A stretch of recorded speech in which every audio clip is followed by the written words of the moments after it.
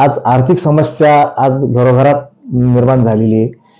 तर ह्या गणपती स्थापनेपासून ते विसर्जनापर्यंत एक मी उपाय करायला सांगतो. तो उपाय जर केला तर आर्थिक समस्या नक्की गणपती बाप्पा निवारण करतील.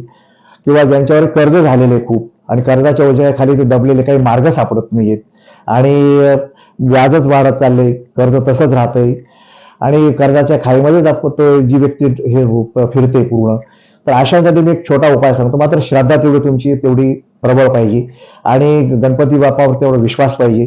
तर काय करायचं तुम्ही, तर गणपती बाप्पाची जी साधना, ती मंगळाची साधना तुम्हाला मी सांगतो. मंगळ ग्रहाची साधना, की मंगळ ग्रह हा आपल्यावरती कर्ज निवारण करणारा, कर्ज निर्माण करणारा असा असल्यामुळे हे संपूर्ण कर्जाचं हे जे आर्थिक नियोजन हे मंगळाच्या हाती असतं आणि मंगळ ग्रहावर गणपती बाप्पाची सत्ता असल्यामुळे म्हणून गणपती बाप्पाची उपासना आपण केली आणि सांगितलेला हे जर गणपती बाप्पाला आपण संकल्प सोडून जर ही उपासना केली तर गणपती बाप्पा आणि मंगळ ग्रह देवता ही नक्की आपल्याला कर्जातून बाहेर काढण्यासाठी काहीतरी मार्ग देईल, एवढी मात्र खात्री आहे. तर काय करायचंय, तर मंगळाचं ऋणमोचक स्तोत्र येतं, ते तुम्हाला युट्यूबवरही कुठे सर्च केलं मिळेल किंवा तुम्हाला धार्मिक पुस्तकांच्या दुकानात छोटं पुस्तक येतं ते.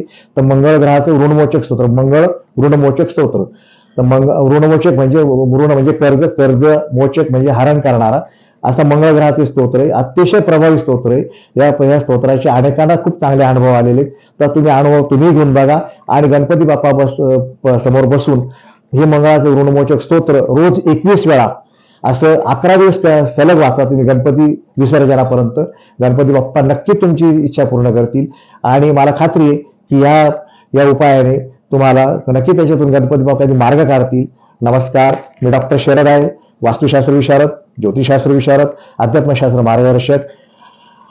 तसंच तुम्हाला एक विनंती आहे की हा व्हिडिओ जेवढा लाईक करता येईल तेवढा लाईक करा, शेअर करा आणि सबस्क्राईब करायला विसरू नका, कारण माझे नवीन व्हिडिओ तुम्हाला आधी बघायला मिळतील.